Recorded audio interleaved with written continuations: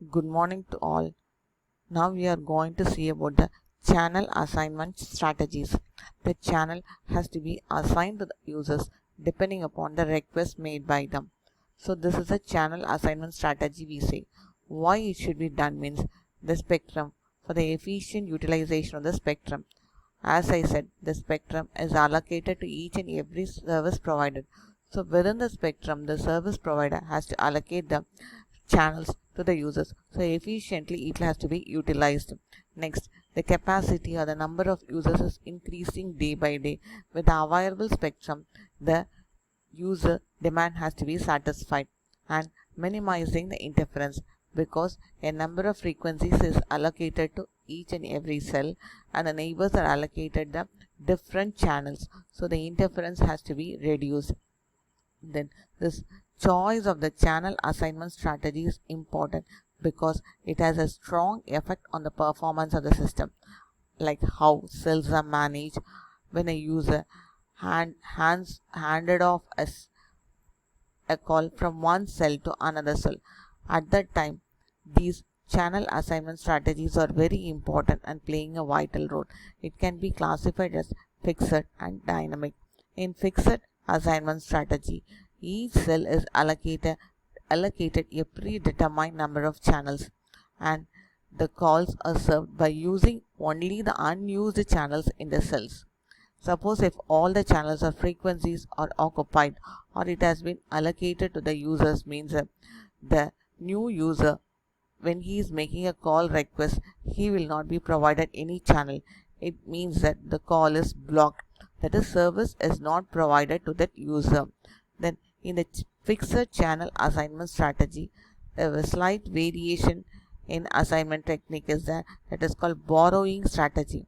In borrowing strategy, the cell borrows a channel if it is not available, and the mobile switching center will be supervising it so that the cell or base station which is providing the channels to its requested cell is not affected.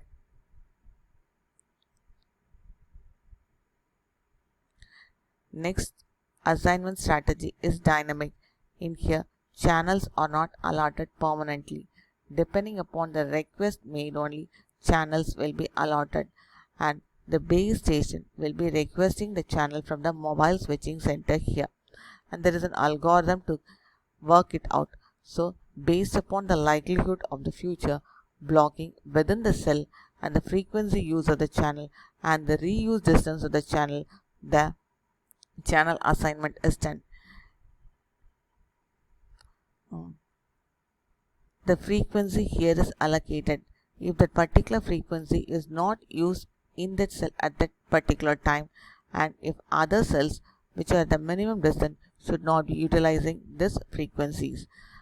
The merits of the dynamic channel assignment strategy is it reduces the number of blocked calls, it increases the trunking capacity, then it increases the channel utilization. Depending upon the request, channels are allotted and it is not idle we say. So whenever the user makes a request, channel is allocated. Then whenever he completes his call, he surrenders it. Then what is trunking capacity? So all the channels will be available in a pool, and depending upon the request, the channels are allocated.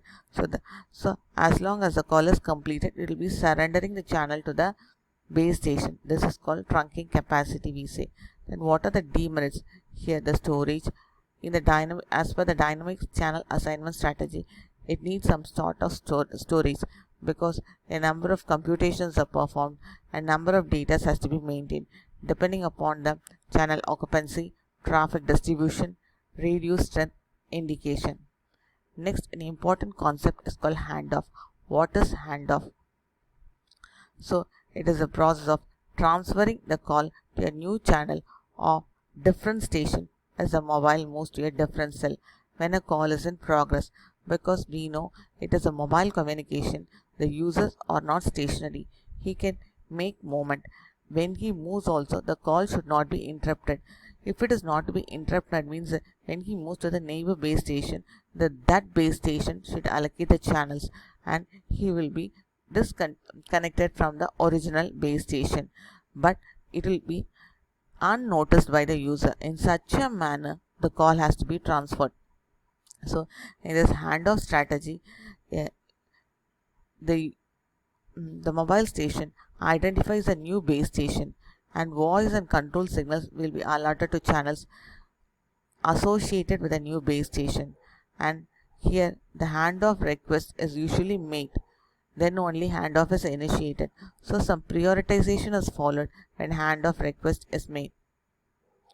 Then this handoff should be performed successfully, and immediate or frequently this should not be performed. That is, it should be infrequently performed, and it should be done in such a manner that the user is unable to notice it. Then when the handoff should be made, depending upon the signal level only handoff is initiated. So we need a threshold level to make a handoff request. What is the threshold level? It is denoted by delta. Delta depends upon the received power of the signal at handoff and the received minimum usable power. This delta value should be neither large nor small. Suppose if it is very large, means unnecessary handoff may occur. If it is very small, means the time won't be enough to complete the handoff process. Then apart from it, call can also be dropped by the mobile switching center due to the excessive delay.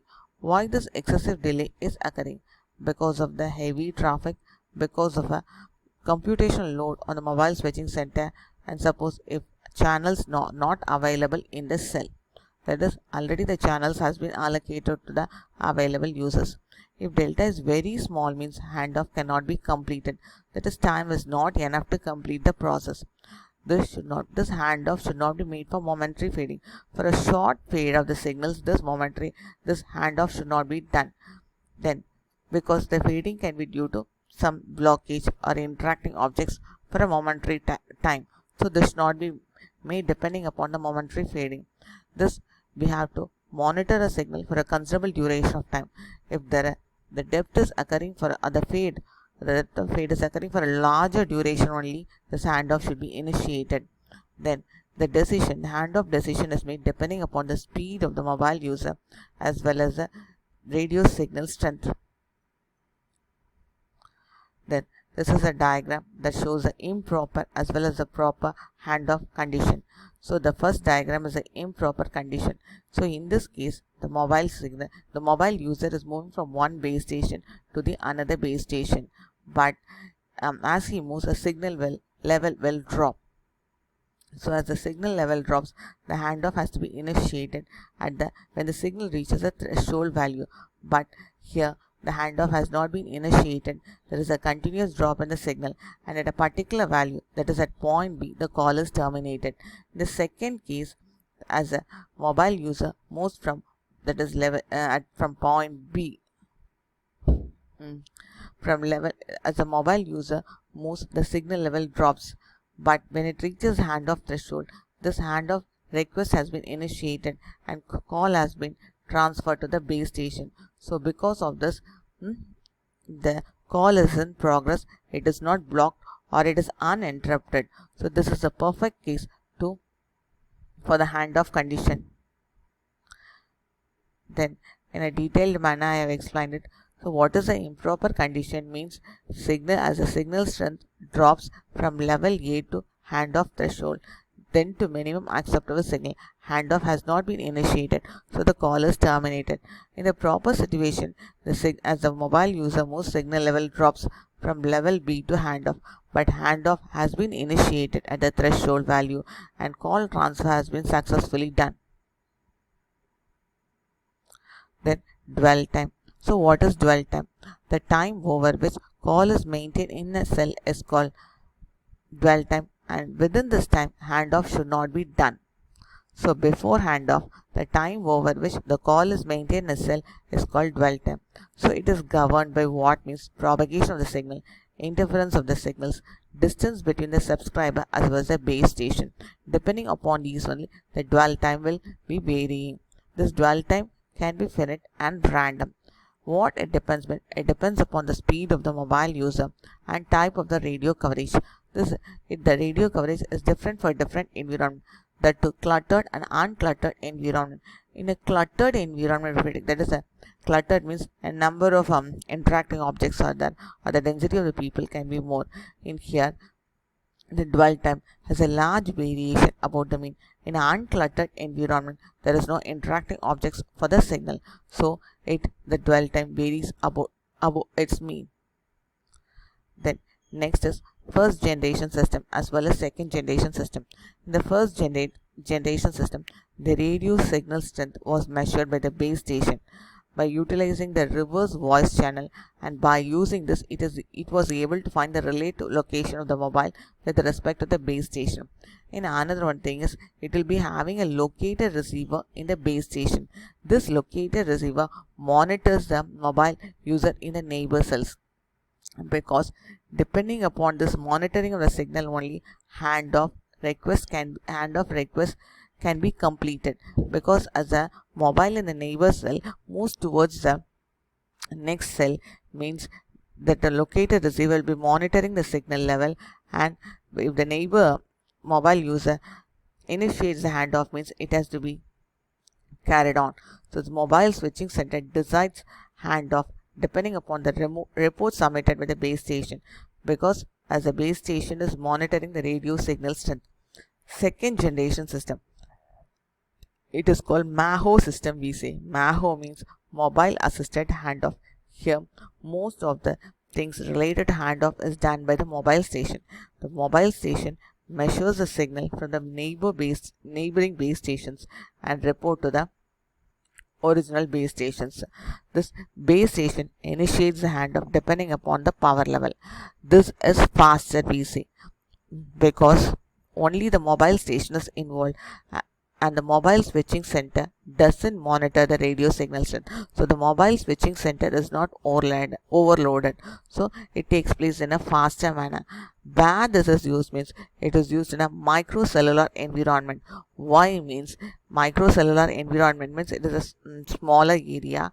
In here, handoff can be, the request made can be more. Thank you.